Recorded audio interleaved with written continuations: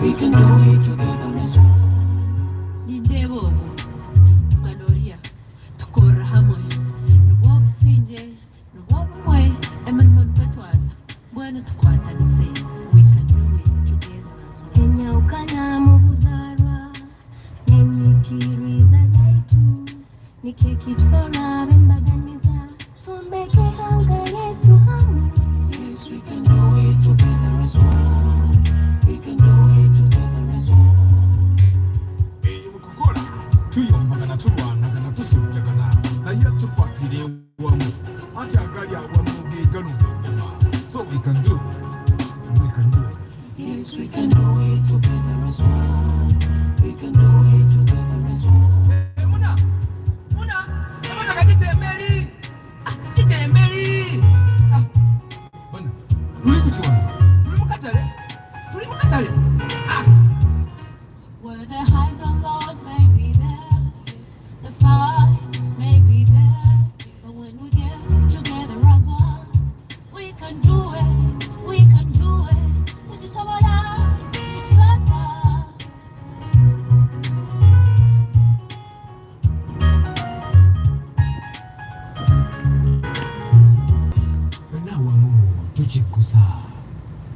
Good morning, my people. How are you today? Today is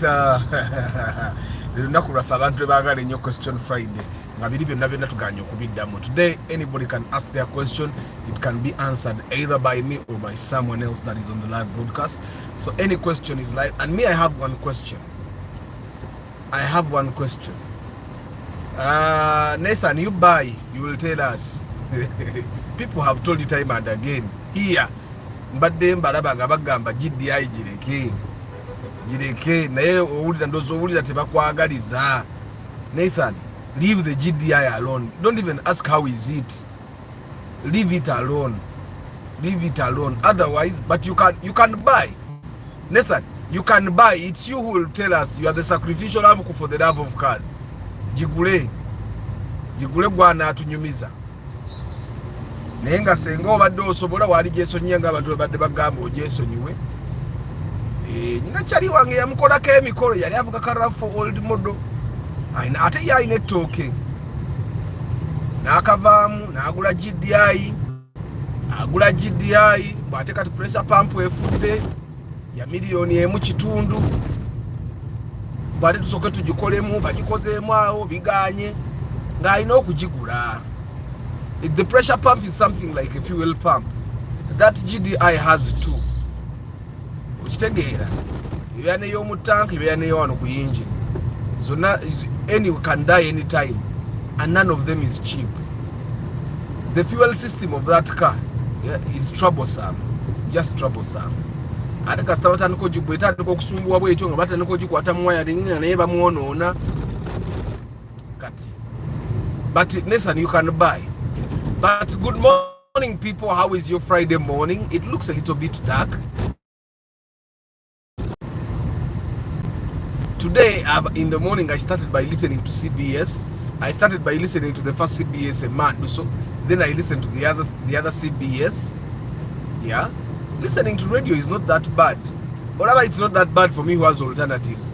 Now I'm imagining the people that don't have alternatives. I bet they listen to CBS like it's nobody's business. Not just CBS. Okay, I bet they listen to radio like it's nobody's business, because for them all their imaginations are on radio.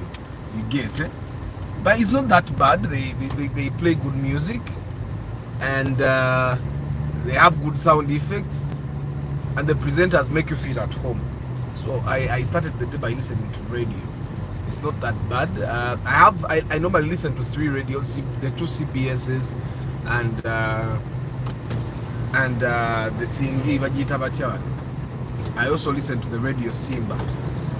I listen to those 3 radio stations. Nainga mulimutia people, today's question Friday. You can ask your questions. You'll get answers either from me or from another person on the channel. Abantu back for the love of cars bonna bamanyi ate kati tebakotogera. realize the candle doesn't lose anything by lighting another candle. You get it? Yesterday I was talking to who? I was talking to the engineer that I've been telling you about, the guy that I got from For the Love of Cars. And we were talking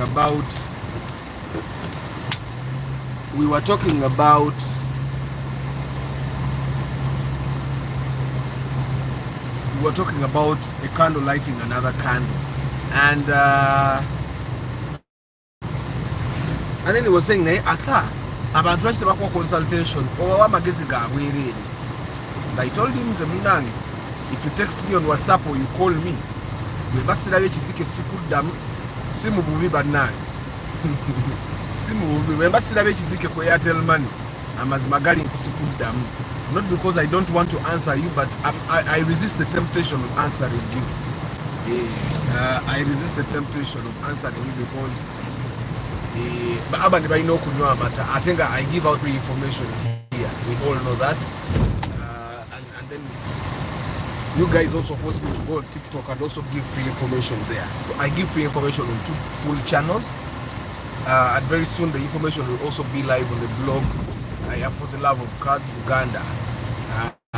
We have a blog on the website For the Love of Cars.org, where you'll also be finding free information there as well. Articles for the guys that don't want to watch videos or listen. If you just want to be reading, you'll be finding that information on the blog. But today's Question Friday, guys, and my question is, I have a question today. My question is, how much should one take as a loan? Yeah, how much of the total value of the car should one take as a loan when they are going to buy a car? How much? Omuntu baba agenda kwewola emmoroka obanga agenda kugula emmotoka yewole sente mmeka, especially if they are getting the money from a different source. Yeah, if they are getting the money from a different source. Let's say Arthur is going to buy a fielder, and it's 20 million, and I've been offered a loan by a bank or by my circle. How much should I get from the circle? That's the question. It came from an inbox from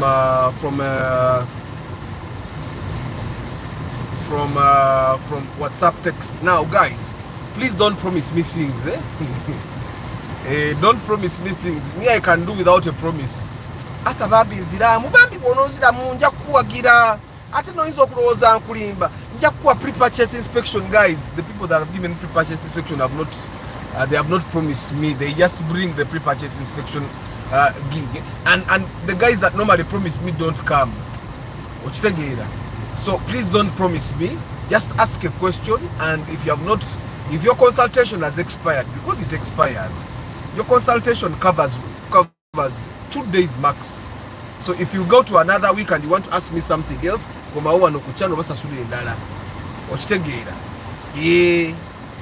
your consultation covers 2 days. In 2 days I've answered your question satisfactorily.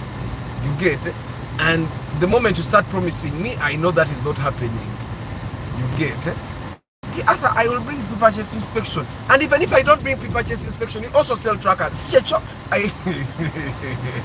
Guys, I've seen the promises, and normally the guys that promise me pre-purchase inspection, they don't come. The guys that promise tracker, they don't come. And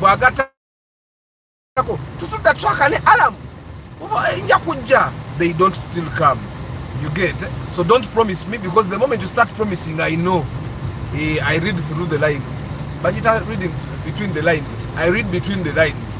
So please, guys, when you inquire privately, or you have WhatsApped me, let us talk money. 50K of come. Guys. Normally your inquiries are things I've already answered here. And you inquiring means you either missed the video, don't want to watch the video, don't want to be part of the live broadcasts, or you don't have the time. Time is money. So if you don't have the time, you spend them. If you don't want to spend the time, you spend the money. You get it? But that question came from one of us here, and I told him to watch the broadcast. This particular person, I've answered him 2 times on the broadcast.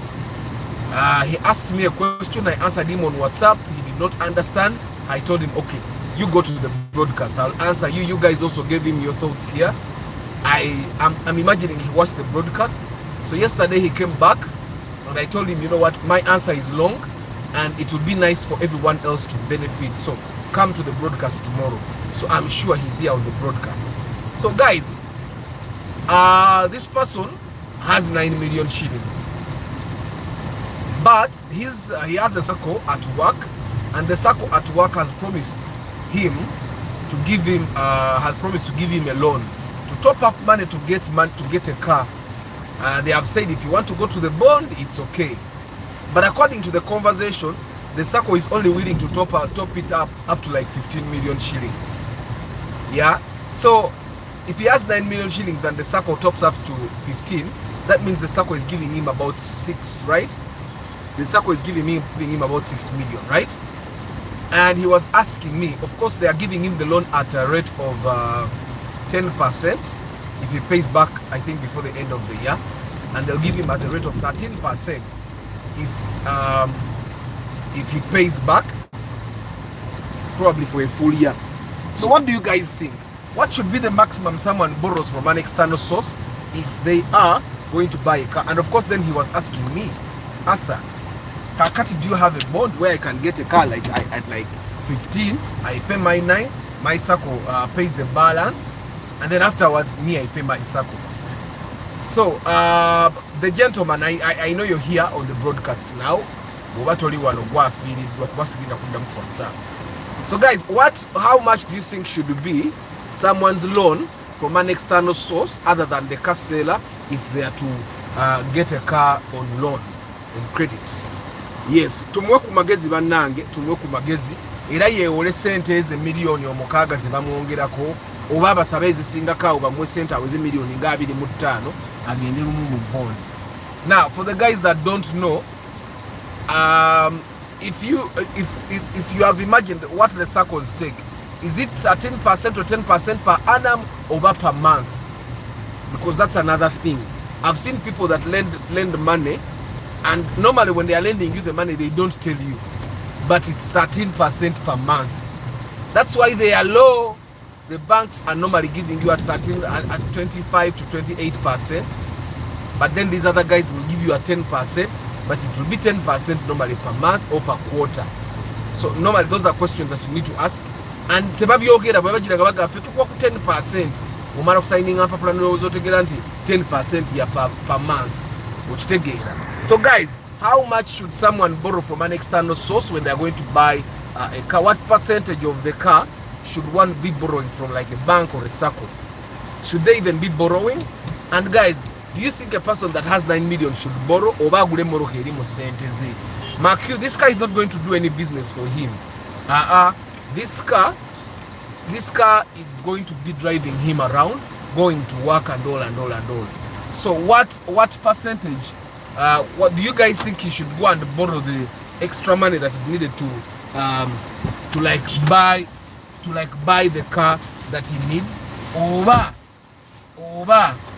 Over emoroka ye agule moroka ye sente ze. For example, at 15 million shillings ayinza okwesanga agenda kuguleyo omugira barawumu eyo ayinza ogifuna ku 15 million shillings. I'm not saying ajja kugifuna naye nga ayinza okubanga eyo rawumu eyo gye mulaba gyagenda okufuna at 15 million shillings. So guys, do you think he should borrow and buy a car of 15? Because at 15 teri wish nungi from experience. Neno rawumu nayo nkolerere nnyo so teba nungi nnyo naye ngera it's better than you getting a bad car bwebanga ina engine nungi, gearbox nungi, you'd rather buy that one. So guys, that's my question for today. Omuntu aba agenda kugula moroka nga aina banka oba manerenda oba muganda we amuole moroka, interesting esasula interest loan eyo, how much of the car value should this person be borrowing? Yes, good morning.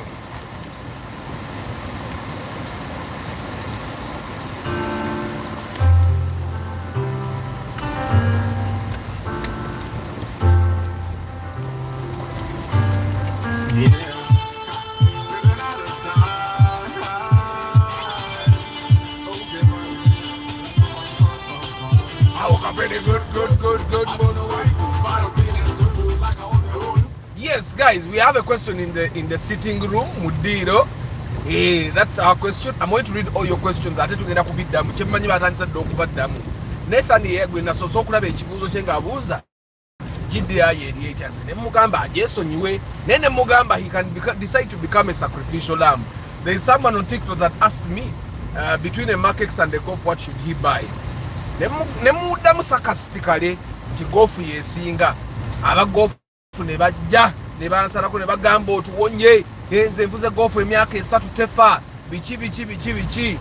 And of course there are people that came there ne bagamba ne Arthur musajja omusa agenda gula Golf. Then other people came and said Arthur tomunye ne bunana jana came and said bwaba munene atwe selfie yakakati then atwe selfie 12 months from now tajja kuba asaze ka weight nenga guys waliwo moroka ezimu ng'ojja jigule kulowozese bakuloga. So if you can avoid certain cars, avoid them. Actually, there are cars that you will buy. Otandika okulowooza nti oba ewammwe bali baba kulimira temulina vuga motoka. So let it, Nathan, I know maybe you don't have a lot of money, and when you look at the market, the GDIs are affordable. Normally, that's the people buy Golfs, GDIs because they are very affordable. If you're looking for a car at 3 million shillings that looks good, it will probably be a Golf. If you're looking for an SUV at 6 million shillings and it looks good, it will probably be a GDI. Me, I know all those things. Gwe mumanyente buli muntu agenda okugula emmoroka essaawa eno. Yeah? Buli muntu agenda okugula emmoroka essaawa eno. Gwe ky'oyitamu ze nakiyita mudda. Because in nature, yesterday we bought a parcel set from the bond. Twaguze parcel set from the bond, but the story ngenda giva wancha. Enyuma! Story ya parcel set enyuma. Enyuma nyonyo ngenda giva wencha. So we bought a parcel set at 26.5, but the story is heartwarming. It's heartwarming and it's educative and also it's enlightening. So ngenda giva wa story ya parcel set encho olweggulu kusaa 10:15. Abagala story ya parcel set n'ebirala ebinonoggo. Live broadcast yencha. So tomorrow's live broadcast, I'll be telling you guys about the parcel set we bought yesterday from the bond.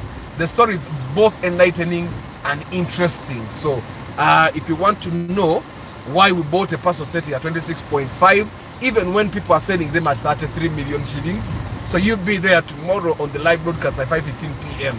and it's a weekend broadcast. Normally weekend broadcasts in Zimbabwe is so cars are getting more expensive, guys. Cars are getting more expensive. So if you are planning to buy a car, I'm thinking before the traders, and of course the traders have already started bringing in cars with the new tariffs, with the new taxes. So this is the time to buy. So anyway, my question, if someone is going to buy a car and they have a chance to borrow from an external source, what should be the maximum percentage of the car's value that they should get from a lender? Muyombia Mark, good morning. Mugalasi Joshua Mix Farm, Hashim Ben Kako, Murunji Nathan, Tusime Eddie, Nathan 256, Paul Sema VIP, Travel Live Vlog, Nathan 256 in Kubaze. Godfrey Tambala, good morning. Morad K Momo, Godfrey, I'm very steady. Musisi Gerald, good morning. How is Abu Dhabi? What we are in Dubai? The temperature is 40 degrees. That's high, man. 40 degrees, I don't know. Zinarigende de kumurimu vest. Whatever in Nakuzimo, the Sagara, Udina Yamba, the suit in the Nanzana. Guys, the reason why I don't buy even suits, a suit at Yandekao. 8 hours I do mark. Bruno Insingoma, Chintu Mark, Kaiwa Benjamin, good morning. Benjamin, the Ractis is a good car. It's not a bad car, by the way. You buy, Urabuguzi. Mamanyenti ulimoroka jenvuga. Bwembasi jikomplaininze ko just buy. Yeah, just buy. Bulimoroka bwembanji vuze ko vitizi zili 10 gula. 13 gula. 15 bumoji sanze. It's overrated. Nenga wali komi ku 13 awo. 15 it's you're not going to use the performance anyway. You don't even need it. On wa primo attachment de kubuli aleni bili. Ngagazi wanyu. Ya aleni bili na aba board. So anyway, wait it is. Go up to Morocco and cut. Go at Guys, question Friday. Nsera Kostashi, good morning. Joseph Ali Kudembe was Poli Bulungi. Muyombia Mark, good morning. Hey, Nathan 256, you sacrifice and buy the GDI. For us, we have no problem. We are students, we learn. Make sure you tell us. Some of you go buy your cars, you suffer there, you keep quiet. We don't want you to suffer and keep quiet. You buy. Edwin Mugelwa, good morning, my brother. How are you? You steady? Njeso Nyebiadala, the seller was calling me too much. You think there is a seller that will call you too much for nothing?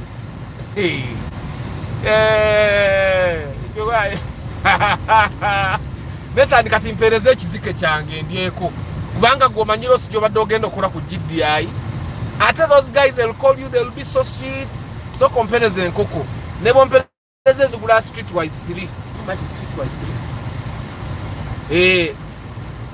Streetwise 3 is 24,000. So what is enkoko? You guys, yesterday, the lady we bought the parcel set with bought us KFC. It has been a long time since the people we buy cars with buy us KFC. Did we even stop with JK? It's JK that last bought us KFC. So most of you guys have been so calculative. There's someone here who bought a car with us, promised us KFC as we were going, but what to Kanata and Kokubaram, Atagua to Gamba to Marinho. You people, you are not good. Just a very good day. Somebody who is new in vehicles, how much should you have minimum amount to buy a car? Which even 5 million you will get a car. Just don't be picky. The problem is you guys. So when I say you can even have 5 million, you have 5 million, now you want a premium model. You get it? You guys think that when Arthur says you can start with 5 million, you can start with your dream car. 5 million shillings, you're not picky. At 5 million shillings, you're buying a moving car. I don't know if you get what I'm saying. With 5 million shillings, your goal should be to buy a moving car. Your goal should not be to buy a car. You should not even have standards with 5 million shillings. At 5 million shillings, the market chooses the standards. I don't know if you get what I'm saying. At 5 million shillings, the market chooses the standards. Because the market chooses what car is at 5. Actually, below 10 million, the market chooses the standards. But below 10 million, you can get these Subarus, the old Subarus. You can get the old Subaru Imprezas. Below 10, you can get the old model. You can get a Golf. Some of you people still want Golfs. I was speaking to a relative of mine, and I was asking them, Kati, what car do you want? Njagala Golf. Ziti Nengamba banange ne Yesu tebamusima waabwe. Kati you can imagine my family members don't watch my content. How do you not watch others' content when you're related to him? Nga you go to your workplace and then everyone is talking about him. So Jose Bari Kudembe, even 5 million can buy you a car, but with 5 million you're not picky about what car you buy, what car you buy. You're a little bit picky about the condition. But 5 million shillings, you don't come and say Jagara Primo. At 5 million shillings, the chances you're going to get Bajita Bacha Chikumi, Chibina, your Primo Mujiraba, that's a Primo Super. Your million in Gakumina Satu Jura. Nebo Jiguruba Muyebe Bojiguruba to Manibi Ogura. Nenga Bazugura Bazugura, you Kuminezo, Kumina Satu. This is the Primo Ordinary. That one. That's about 9-10 million because it's standing immediately. You can S over yes with the Mazire. I over yes with the Mazire. Go and to them. I want to get into more Gerako. Tebang Morocatena soundproofing. Omanyaba to best with a Morocat rosette by S. Nenga Bazira. Kari. Question Friday. But she goes in Mamurabie. But she goes in Muemidim. Uyu Uganda wange nyonyo waliwo abantu abamu abampa emirimu because you're my brother. Ate nakoze kati ekintu. If you come and we buy a car together, we schedule oyo twagula da motoka na ene mukana eja tukoleka interview kano kayinza okuba kweka pushinga. So if you support Arthur, I support you back. I cannot support you sometimes by giving you money. Kati that gentleman bachigoze contract yakwata nene simsobola muwagira naye kati engeri gyesobola kumuwagira namuwagidde neyo video musobola okumunonyako his company is on TikTok. You can go check out the work he does. Mumuwagire. So if you come and support Arthur, pre-purchase inspection, alarm tracker, you never know bigula. Nga kugatawone ka interview nga naye business yo tugisawo. Hi Arthur, Sifao plugs. Nga they are expensive. Are they worth it? Yes, they are worth it. They are original plugs. Me I bought the plugs for this car at over 420. Zeboro kanzi samu sente chobana agaye moroka ya Arthur bojigulo oli mugumu. Plaga nazigule mitwala na mwejo mwebiri. Mundabe n'okundaba. Mwe plaga ze moroka eno je ndimu this car that I'm in. Name. Nenda kula utala bwenteka ono bwe buti. Bwana itinge eno sinagimatira. Mwe I bought plugs for this car at 420,000. For me, plugs I buy them strictly at Safari. But then there are these other cars that have cheap plugs. The Raum, there's one NZ Zilien Kadi. Plugs I'm told Mukaga name be. Is then one NZ the Piazzi Zebay. I take at going to call Zara Isino, Kubanzo when the Zubuda Zari Zabura Munga Zabe. Oguraza Muroka Chikabari. And Sedako start for the love of cars. We used to have a doctor. Doctor Ngeda Kamukubi Kat, Dr. Jonathan. Kamukubi the Sawa way, no? Ngeda take our post to Mupe Buzo medicine, if you're not Dr. Jonathan to Muchaz. I don't know what is happening to me. Ulcers zinuma whenever they cook food, the oil is too much. I took or you see ulcers now. Muno siwe wa mwebuno selebo. Ezo wa inabuno wa mwenga wa debu tokati. Nenga doctor tugenda muchaza. Ekibuzo kyonchirabi. Nathan 256 gamba after with 7 million which car can I buy for my wife? Hey, ensonga lwaki odagala mugulira gundi GDI. Ezo musambo ezo zigula GDI. GDI ne kusatu ogifuna. Nobona in capital letters. 7 million. 7 million. Waliwo omukyala atunda karavu for short bannange. Simanyi bakafaanana. Naye agamba ayagala ssente simanyi oba akyakayina. Nemugamba akamulu kako obukatunda mu bwangu bajja kuwa million 7. Simanyi bakafaananako mukalaba nga tokabula. It was really nice. But then bamakanika ne bamukolako ku bikolo bamugyeeko million okukafuwa and stuff. So Nathan, you can text me over for short musobola okugivuga. The one that has only 2 doors. Then I text that to abimoloke yo bachagina mugenda muje wangu lile. Nze nabagambe bya Arthur mudido.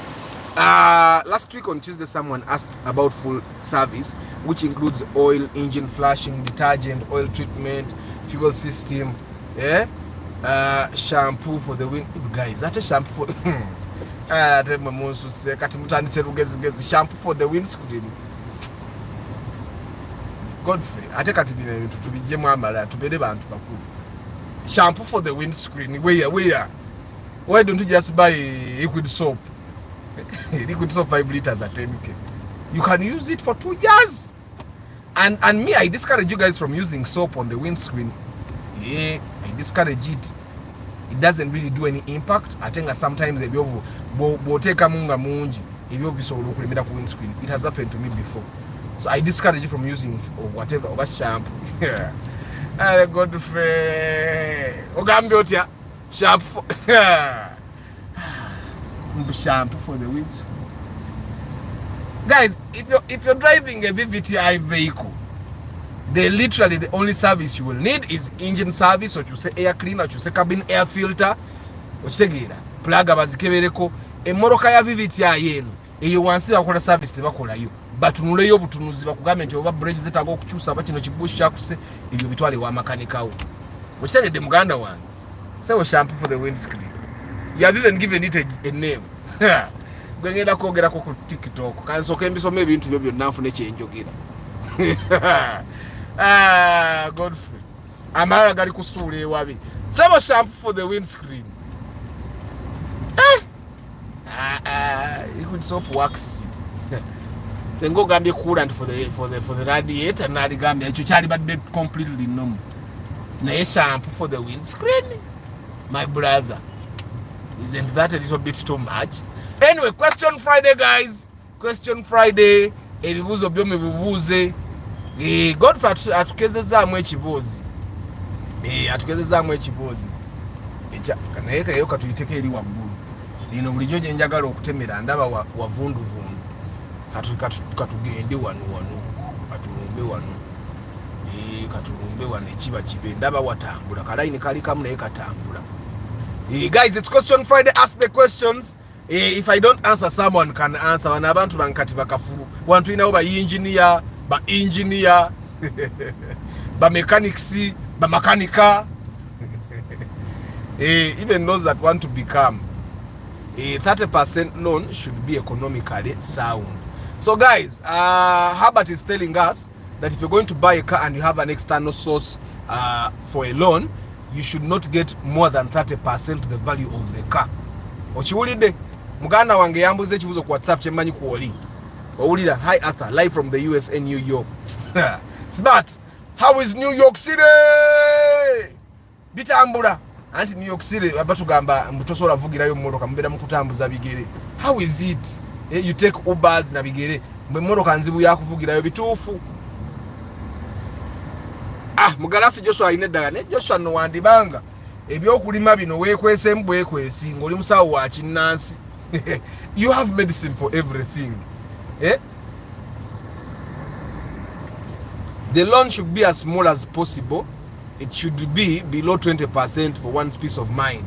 That's Moses. Nathan 256, the loan should be like 40% and from the bank but not from money lenders. I hope you guys are paying attention. Abagara okwe would sent from external sources to buy a car. Arthur, how many miles does a Mark II Sota make? And do you advise a person earning 1 million month? It depends on where you live. If you live like where I live, Mark II Sota jirik. Actually, if you live where I live, buy a Vitz. Me, I've tested all these cars and I'm either buy a Vitz or if you can afford, buy a Prius. Banange video ya Prius eja. Video ya Prius eja na internet ya Uganda ejida nateka video bili kati video ya engineer chikozi ya isewo kati ya Prius part 1 yeja. So if you're earning 1 million shillings muganda wange,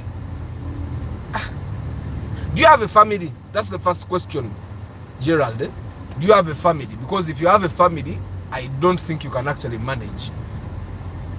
Families are very expensive. Families are some of the most expensive things.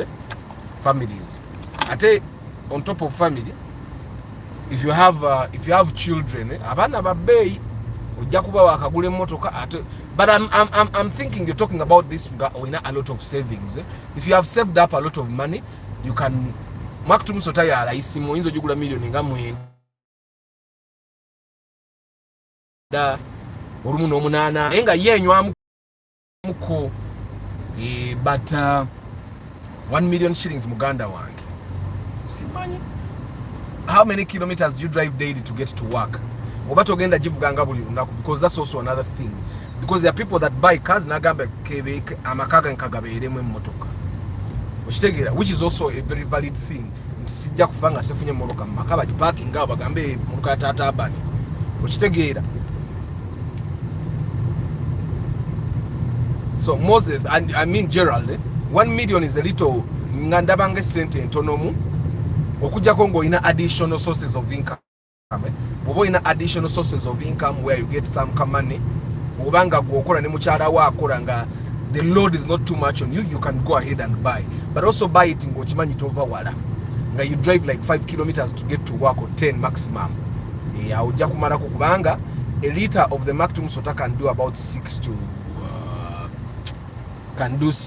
to 7 to 8 kilometers. So kitegeeza if you drive 10 kilometers ugenda n'okudda osobola okukozesa liita ng'emu n'ekitundu gwe mutwalo gumu n'ekitundu, naye woba obeera wala ebejja kunywamu. Okitegeera. Chris Davici, good morning.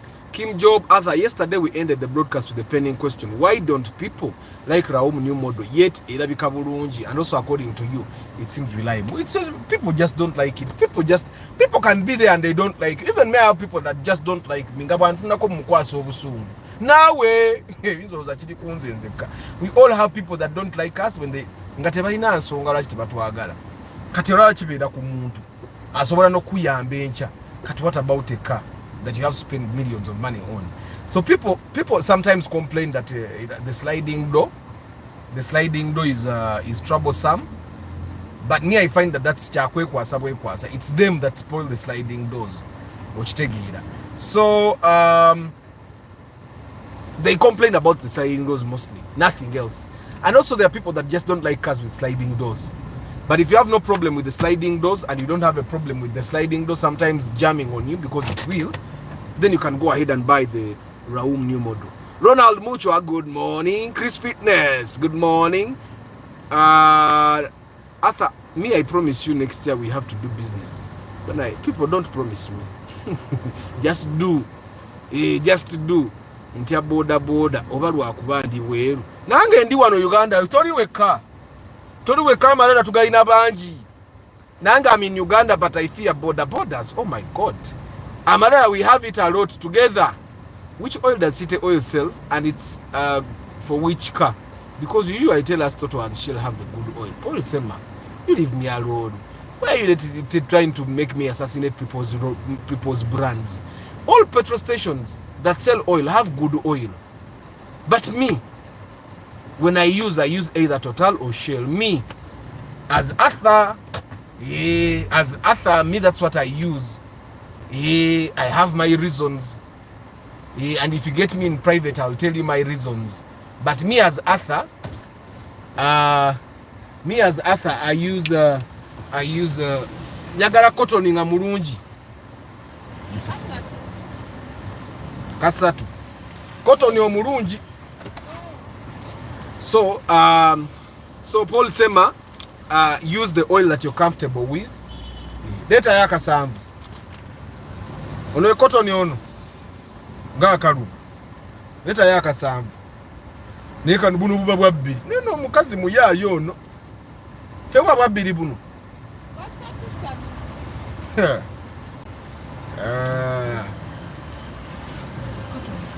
Uleta kali. Kaliwo. Akukabya kantu alika. Joseph Bali Kudembe, Muganda wange yambuzize ekibuzo yesterday in WhatsApp. Joseph Bali Kudembe is saying don't borrow to buy that car. Use your 9 million, get a car that is within your means and drive that one.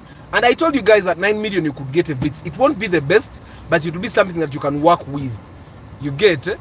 And if you don't drive long distances, even the space your old model could work for you. You get. Arthur, I think it depends on how you're going to pay back on the time and the time given to you. Okay. Chris Fitness is saying he shouldn't borrow to buy a car. Let him save. Thank you, Chris Fitness. Normally, that's what I tell you guys also. Boba weola moro kajiewole mu bondi si mu chibanda. Nathan is saying I think you should not borrow money. Okay. Arthur, it's better to buy a car with 9 million than putting yourself ku mabanja kuba kye yeetaaga ye motoka. Abantu ba loans nabo si bangu. Yewola ajja mu sako ku mulimu. Nze generalize nze naye yenga ye. Center agenda zijja mu sako yo ku mulimu. Sako ya ku mulimu. Joseph Bali Kudembe, he should buy a vehicle in his budget and prepare to upgrade in the future. That's something I've been telling you guys. If you have 7 million, buy a car of 7 million. When you then save another 7 million, sell that car probably 6, top up the 7, then buy a car with that will be for 15, 13.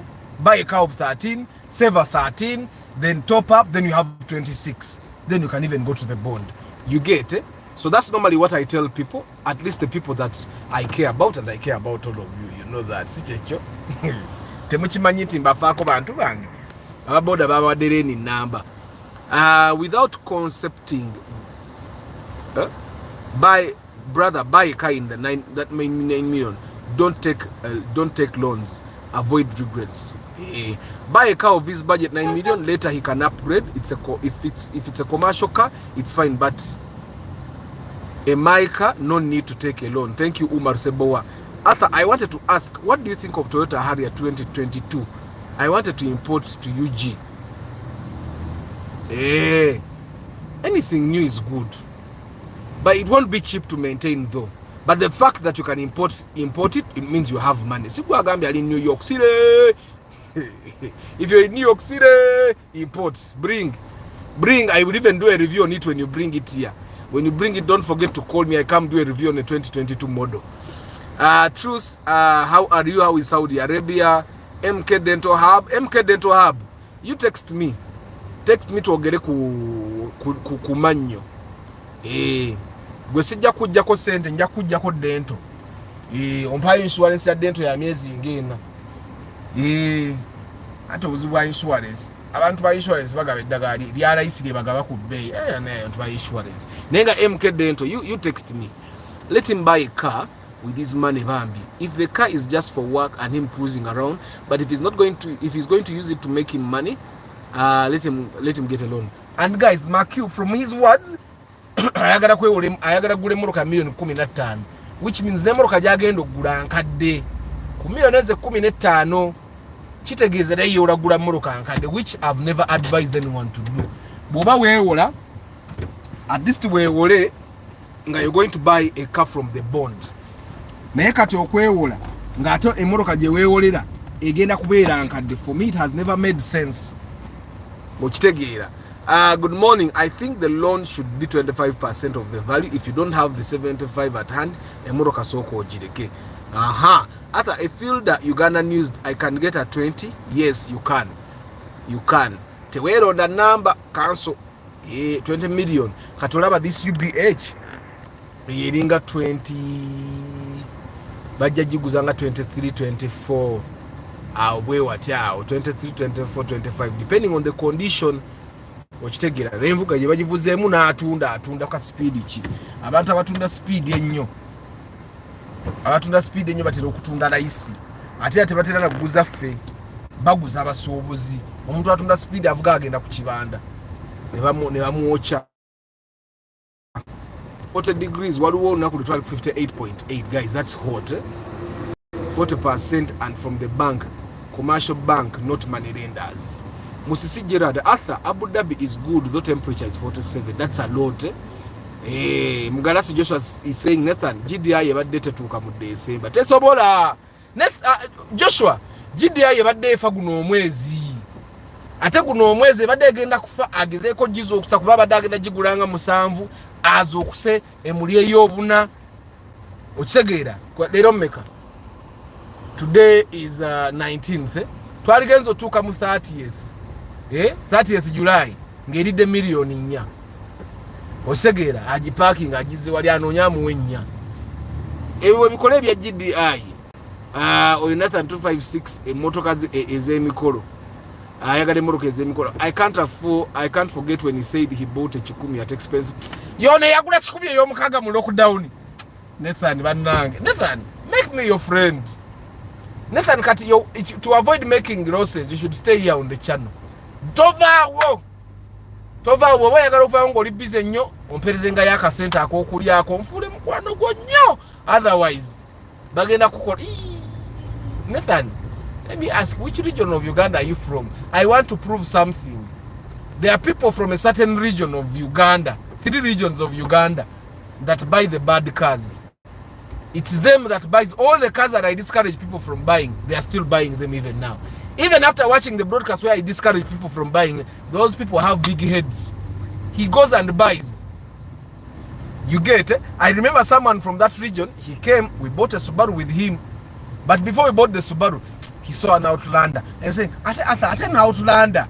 Then the guy that was selling it to us, he said, it was newer than the Subaru. Oyonjimuola. Na yaina jinsa sulanga emyezi 6 teginnaggwako. Then I asked him why. Nagamba nti after 6 months emmotoka ejja beefudde.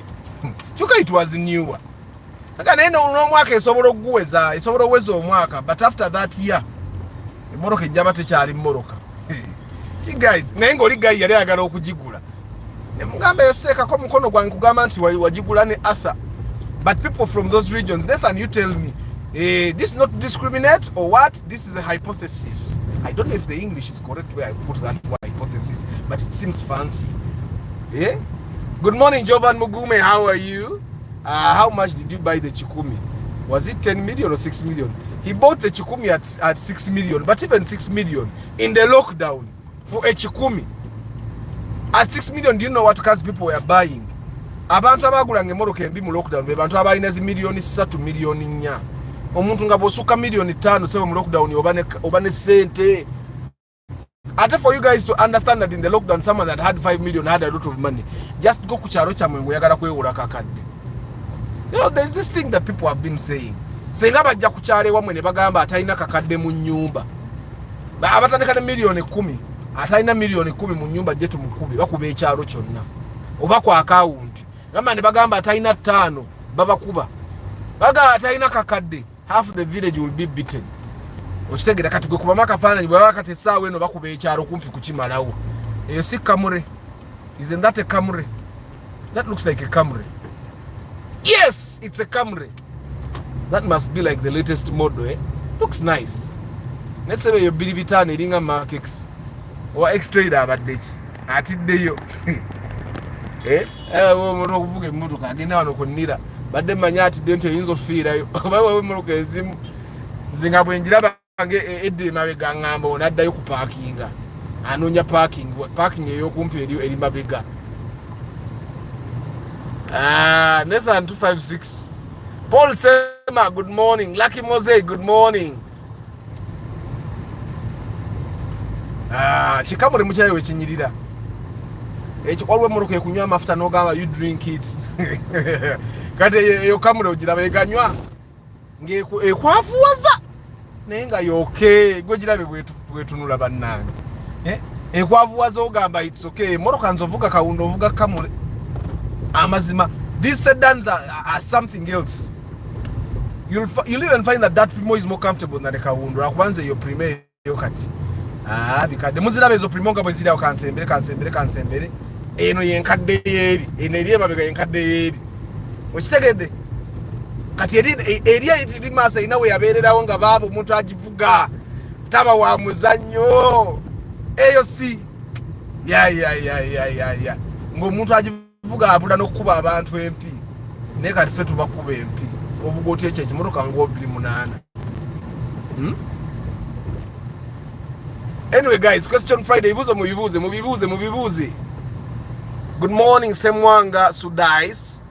Nze siva ku fitness yenta. Yes Lucky Mose. Ze motoka zino mulamwa.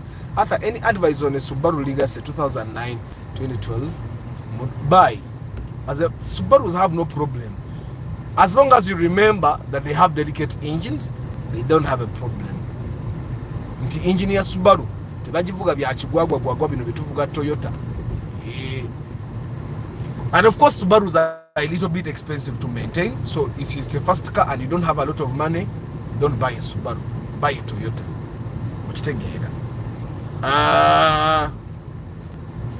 Good morning Kambesije, you have been lost. How are you? Yeah, guys, pre-purchase inspection I do. XV mujirengedde. Pre-purchase inspection karawumu new modoka kako onukaba dayogerako kalaba. Kayimiridde. Then the double cabin yirize mugulanga muri excited. So guys, pre-purchase inspection by Arthur, the guardian angel for car buying. I come with a mechanic and we make sure that you get a good car. Your job there is to only say I can afford it and I like it. I can't afford it, I don't like it. You get it? And for us we say you buy, don't buy. Of course sometimes we advise you. But yesterday we bought a Paso City from the bone at 26,500,000 shillings.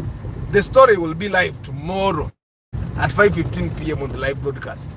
Now I'm sure there are people that have bought a Paso City at 28, at 30. And for us we bought it at 26.5. Those are savings that we do. I'm going to tell you the story tomorrow. It's exciting. Pula njagana jibagamba kati nenja jibagambe encha. Ulayo tululekenga lwa bibuzo byaffe ate ekyo nakyo tubenga tukimaze.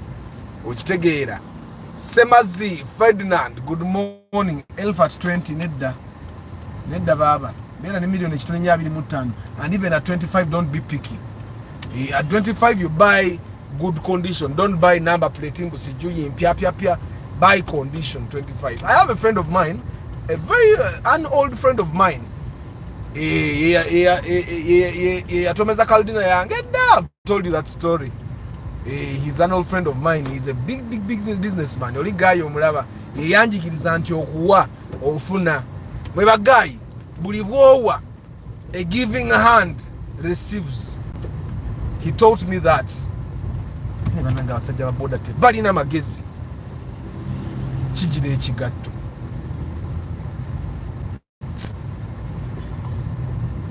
Tukale nomusanga avuma mukazi w'obusiru. Manyi nomusanga nya abasajja.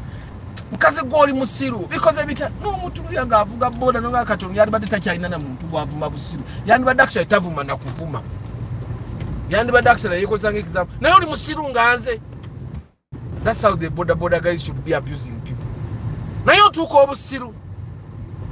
But anyway, today is Question Friday, guys. Ask questions. Ekyo tukijje mu ddiiro ekyamba nyumiza story ya Paso City. Temunagiraba. I posted it at around 1 a.m. I was tired ngo tumbuze ninga let me put my Paso City that I've inspected today. Of course we inspected other cars, but that was the winner. So the story will be live tomorrow. Let me get a place to park. Atem so many buze bisigade mbade sina kwatako. Question Friday right now tujigalewo. Achabuze bibuzo you have a number of minutes is 51. You have 9 minutes to end the broadcast. Nabagamba broadcast enaku zino zigenda kumangaza 1 hour, strictly 1 hour. Of course there are days that we itamu konga ka topic kawomi ngolo gulo no right twinzo batu na itamu na your question wati wali question strictly 1 hour zengamba sibulango lwalero tuluta naye nga kyonna kyekiri emmoroka zembagano gula muzireke sigama sibagaliza wasibagaliza mufune emmoroka za raisi bobosobola gireke bobosobola ate kati you guys every car has like a price budget floor, the price floor, the minimum price you can get that car at if it's in good condition regardless of the number plate. Which again, I can tell you that a good wish, whether old model or new model, a good wish starts at 18 million shillings. Even at 18, you'll have repairs, but at 18, you can get a good wish. Bino bya 15, 14, ogenda gula moroka egenda kukolako mikolo. Ejja kuba wish, naye ng'egenda kukolako emikolo. Okitegeera. Kale. Studio 93 House Designs, how are you? Arthur, me, your relative, is the one who introduced me to your YouTube channel. My relative! Oyo mungambe nze kuulira ne Yesu ewaabwe tebamulabanga oyo ya source of course nyina abarelative banga abandaba because bandaba nabo almost every 2 days. Kati nga talina bwamisi nga bwandaba n'alaba abantu banjogerako nga alina okugenda akoleki. Alina okugenda alabe. Can I get a Subaru Forester 2008 model at 20 million? 2008. It's possible, I think. Because right now people are buying, actually most people that are buying Subarus are buying 2014, 2012. It's possible. It's possible. That's something I've not really explored. Most people that have been buying Subarus actually, it's possible, by the way. It's possible. It's the Imprezas that have gone down a little in price, but it's possible. Arthur, does Starlet have AC cabin filter? Yes, all cars, every car that comes with AC has a cabin air filter. Sebugwawo Medi, good morning. Waron Brian Boni says something on Vista Deo. Buy. Just make sure you buy the one that has a VVTi engine. Watch together. Buy one that has a VVTi engine. I want to try City Oil service. It's for Nua Valvematic. We bought with Arthur here. You go and try. You go and try. Me, I use it. I told you what I use, but you go and try. Tarema Samuel, good morning. Munange wanomaje. Every 6 months bakola full body general check-up. Ozanya newo bakirina. Atenze orowaita sebu. Mumaje baku hey toina buno obwamwe kati ntegede toina buno obwamwe Edwin Mugerwa, by the way, Arthur, how do you switch on the rear wiper? Do I have a rear wiper? I think I do. On your thingy, on your wiper thingy, there is another thing, the small one. Ke kakajira wiper yema bigira kaliko na kagambo rear. Kaliko na kagambo rear. Kwekali. Use glass cleaner to clean your windscreen. glass cleaner aliwa era wabera wane Uganda ali mzili supermarket, like there's a supermarket I saw that has very good accessories ewalala wonna bagenda kutetenkanya era Joshua ndoza bilete mu dduuka alyo bilete mu William Moise shampoo. But now Mr. Arthur with a budget of 18, budget on tea, so I might come back and I will need 22, but that's my budget. Pozi moroka chi wagabo genda gula chi chigege nuwa ojja fune moroka. Just don't be picky. Obuzi bw'abantu bange wano nti abeera ne sente nga zigula a certain car naye nga ayagala a certain car. Okitegeera nga sente olumu zalina tezironda namba naye nga atayagala londa namba. Mr. Arthur, which car is good for a starter who drives Maram 50 kilometers a day, budget 10 million? Gula Vitsi, proud Catholic. 10 million atezi gula motoka chi. Mpozi nene Vista Dale naku zino zali nyemu naye ngo yinzo funa Vista Dale Mark 2 grand 50 kilometers a day Vitsi. No 50 kilometers, that's 25. That's 5 liters if you drive a Mark 2 grand or a Mark no. That's like 7 liters if you drive a Mark 2 grand. Je mitwalo nge 3. Je mitwalo nge 3. Mark 2 grand, but Mark 2 grand would do you good. Tefafa and it's very easy to maintain. 10 million. Na Mark 2 grand million 10 yinzo butajifuna. Nyina kinalabye nga kiri kubi eni oba. Nga bachigamba million mwenda. I'm not Ipsam ezo zona ziyita ate Ipsam officer una akasente, but if I want to get a car that is fuel efficient in that budget, it's a Vitz. It's a Vitz. What's the difference between Primo's X and C Light? Primo X is the best model. C Light, the C Light is CX, by the way. The C Light is not C Light is not like a trim. C Light is the light that has a C. If you notice, that's why they call it C Light. C Light is a Ugandan name. Antonio Random Things, good morning. Joseph Bali Kudembe, anyone here who is good into poultry farming, how much minimum cost of poultry structures for 500 birds? Antonio, sigwa alimbi into bino. Joshua alimbi into ebya farming ebyo. Matembe Abdul Nasa waza police state mani wange. Omni Wandiambi, good morning. Yes, the way I don't like the Nadia and the Gaia vehicles, I just don't like. Arthur, someone was selling a Kosa mbu from Nadia to town consumes 5k. But nga aina kadomola nga kalimu rare seeds, then I need consumes like a Prado. By the way, guys, the moment you see someone moving with a kajerican in their car, that's trouble. Majority of the time, that's trouble. Either they don't want to buy fuel for the car or the car consumes a lot. Yesterday, I saw a car at a distance and it looked nice. I thought it was a Fielder new model, but I realized it was a Caldina. Arthur, are those two related? Are they like RAV4? The Caldina always has a 2-liter engine. You get, the Caldina always has a 2-liter engine. So they are not really related at all. The Caldina is, the Fielder is the G Touring. The Caldina comes from what car now? But just know they are different. The Caldina is the powerful version of the Fielder. Uma Sebowa, Arthur talk about the Mark X. Is it good? Yes. As long as you have fuel money, the Mark X has no problem. Of course, it's rear wheel drive, but you learn how to drive it. Good morning, Arthur. Good to be part of this. Hi, Filaka Tende. How are you? Interesting team of car lovers. Yes. Joseph Bakuzemu Joshua Gambie, you can spend 12 million in poultry to have 18 weeks, up to 18 weeks. Yeah, for 500 birds, it's about 5,500.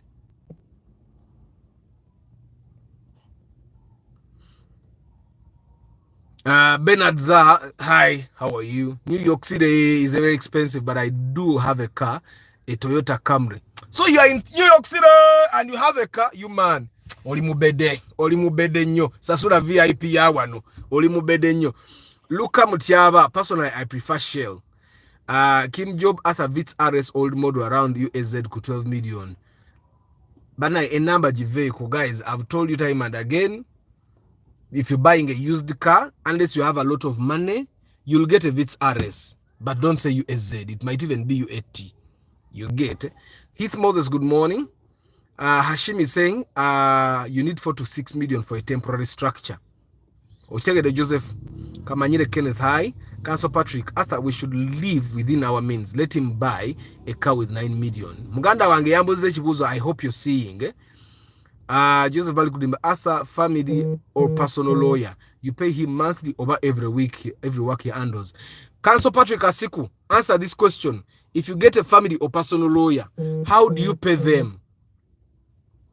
Toddy Ronald, good morning. Jovan Mugume, Arthur, kindly do a Raum new model review. Some people here are making it seem very bad. I have employed the car for 3 years now, totally no stress. The mutual love I have with my car, I'm not looking exactly Jovan. But I recently did an Alphard and Raum video. I was comparing the Alphard and Raum. Hey, you guys, you joke with content. I compared the Raum to Alphard, and the comparison is interesting. You wait for the video. Corolla 2000 like your Namukade around UAY. Kim Job, I'm not going to answer that question because you're particular about numbers. You get it? When you're buying old cars, number plates should be something that you see in the field. It should not be something you go with. These days, if someone is buying a Ugandan used car and they come with number plates, I tell them the money they need to have. So if you want a Corolla like mine, UAY have 15 million shillings. There you are safe. 15. If you don't have 15, don't be picky about the number plate. Arthur nze nange 256 yansukako kozi nze karibu kange masavu kubasavu ate 5 million. Derek Lulay, good morning. Bernard Za, Arthur, any advice on Toyota Alex as my first car? Just buy. I find it overpriced, but if you really like it, I found that people that like the Alex just buy. They don't care what Arthur says. It's a Camry. It's a 7th generation XV50, 2012-2014. Good morning, Mr. Chisenyi. That UAU taxi in front of you is how much? A UAU is over a million nga abiri mutana abiri awo. Abiri 18, depending on how many police receipts it has and the condition of the engine and gearbox and who is selling and whether they even want to sell. Most people that have those old cars are not selling if it's good. People normally are selling only the bad cars. It's very hard for you to find a good car, a good chicken on sale. How's the maintenance of the Ranix? It's okay. It's the Ranix is the Alex, just a higher trim, but it's basically the Alex. Would you recommend a Subaru Legacy B4 twin turbo manual 1999-2002? I love that car, but you buy, you'll give us the experience. If you guys, if you can avoid turbo cars, turbo charged cars, avoid them. Turbo charged cars will make you. Can I get a Probox at 10 million? No, it will be terrible. Good morning, Brian Wanyama. Abig Arts, Nua at 18 million and above. Good or not? Good. She's called Janat. That's lovely. That's the first family recommendation I've gotten. Katimotegede. My friend bought Mazda Demio and I know why she recommended you. I know. Ndabaka connection now. My friend bought a Mazda Demio at 7 million. But it's a mikoro kumikoro bambi. Baja kuyiga katate Nathan. Which you have refused to tell me the region you're coming from. Tell me, is it east? Is it south? Is it central? Is it west? Is it what? What region are you coming from? You Jebakuzala. What region? I want to tell you something. How is an IST 2010 price? What's the range and the performance? 2010 Katianti 2010 Irimubonde ringa 34-35 I think right now. 34. I'll be what? Subaru Forester latest model, how much? I need one. I don't know. We haven't bought the latest model yet because the latest model would be 2022. Tonswaza Arthur, it's called a wiper stock. Tonswaza. I don't know what they call those things in English and it doesn't make me less knowledgeable. Oba bakaita batia sikamanyi mu luzungu kana akantu akagira wipe ze ndisebo musajja muganda ate muganda geregere katugo gama nsimanyi wiper stock abana bange oluzungu lebogera banatandika okulogera totie bwa abana bange bogera oluzungu nange ndutia. Is the 2009 model same as 2010? Yes. And compare fuel consumption 1.8 liter genda kuwa 10 kilometers no kukawansi. Arthur, which engine is found in the Vitz with the one Ebeda 1KR over 1SZ? Arthur, I'm planning to travel to Yumbe with the Spacio new model. Can it manage? One Yumbe, one abantu bagenda na Vitz.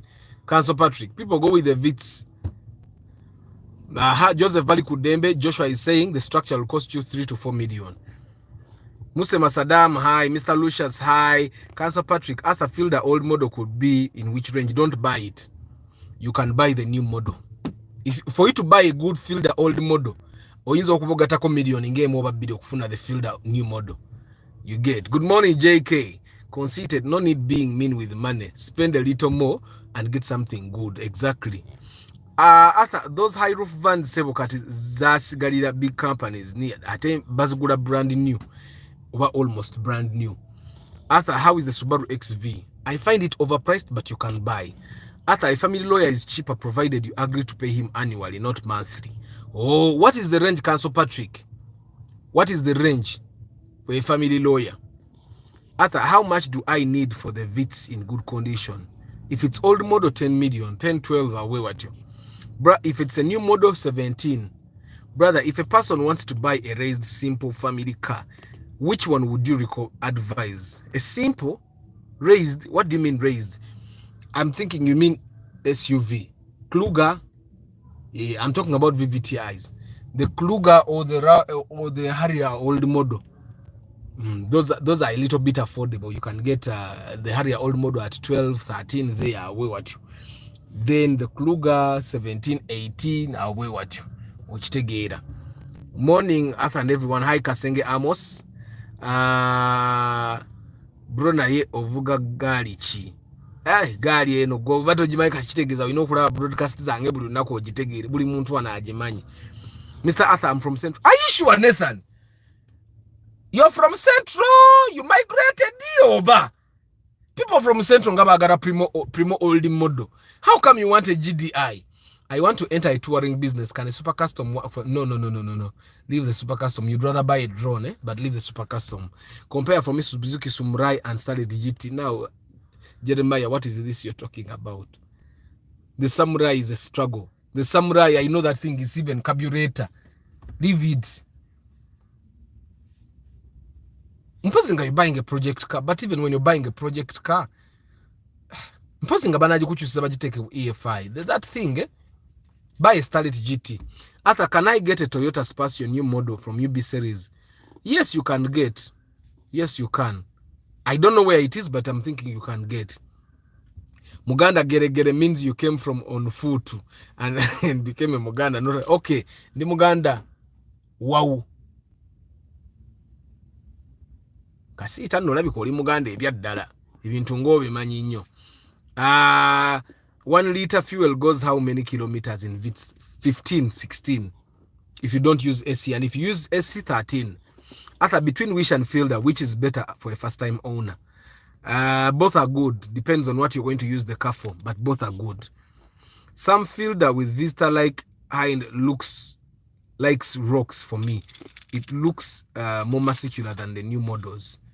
I have to look at them for me to know what you're talking about. Does raising a Room make it unstable on the road? Any car raised is a little unstable on the road.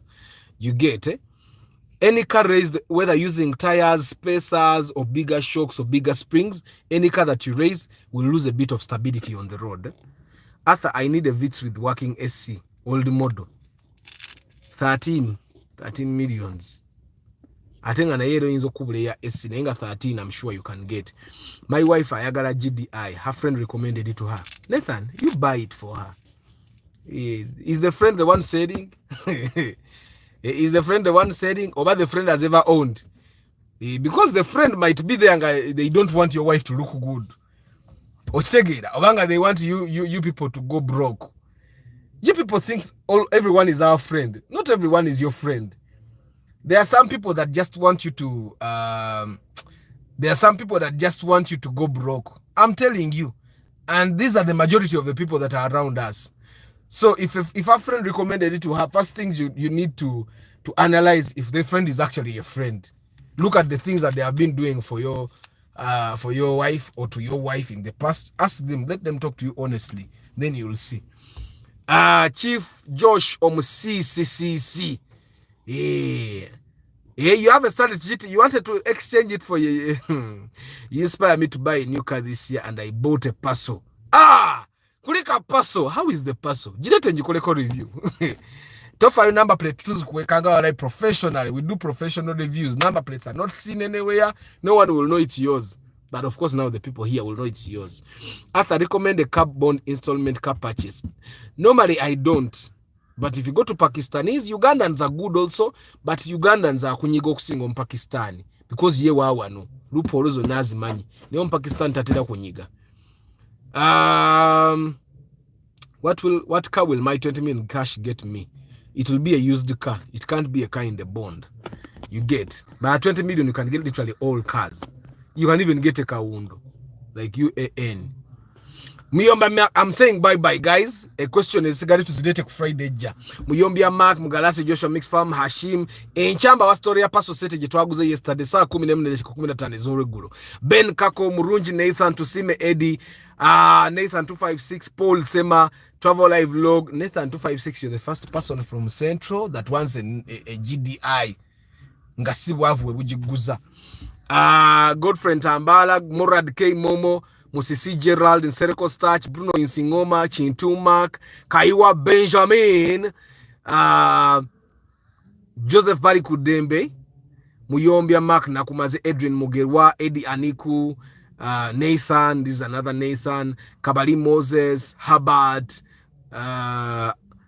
Smart MMK from New York City. Mukawida wenkogeranga ba hip hop New York City ani ayogeranga bwatu teyali Will Smith ngachakuba hip hop Musime Kim Job Chris Da Vinci Ronald Mutual Lubura Chris Fitness Paul Seymour Paul mbeleza kwa WhatsApp tuogere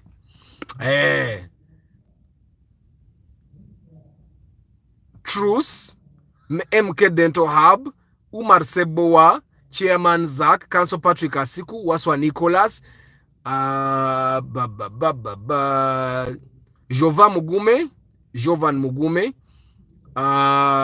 Mikal UG, Semwanga Sudais, Lucky Mose, Chintu Mark, Cam Besije, Semazi Ferdinand, Studio 93 House Designs, Ideas, Warren Brian Boni, Sebugwao Medi, Tarema Samuel, Oza Mosantu, Proud Catholic, mwabari kubera ku broadcast. Namwabari mkamole, I don't take it for granted. And thank you for liking. Today we have 43 likes. That's not a small number. No tubara 12. Ate tumara bajukiza banang. Omni Wandiambi, Murunji Nathan, Filaka Tende, Bernard Zaz, Luka Motiaba, Hashim, ndo zinakumaze Heath Moses, Kamanyire Kenneth, bani munoza siba mazeo, Derek Lule, Ismail Mutachala, a big artist, Off the Grid, Muse Masadam, Mr. Lucius, JK of course, Conceited, mwe kubera ku broadcast, Kasenge Amos, Jeremiah Allen, Besigensi Kenneth, Namara Delvin, Chef Joshua Omusi CCC, Umar Sebuwa. My WhatsApp number, Chef, edimu description of the channel. Nsereko Starch agamba, Mr. Arthur, Omuganda Dala, not here Gere. Those are the Waganda that migrated from the other kingdoms to us. Muganda Dala. Ndi Muganda Dala.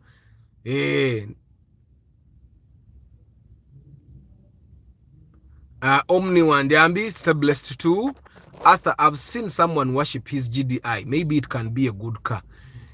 Antika Kadi Besigensi Kenneth, I've told you time and again, there are people that have survived with HIV/AIDS for more than 40 years. Does that mean you should not have protection because someone has survived with HIV for 40 years? Bamazi. I'll see you tomorrow as I tell you the story of the Paso set we bought yesterday. May God bless you. See you tomorrow evening, 5:15 p.m. Ciao.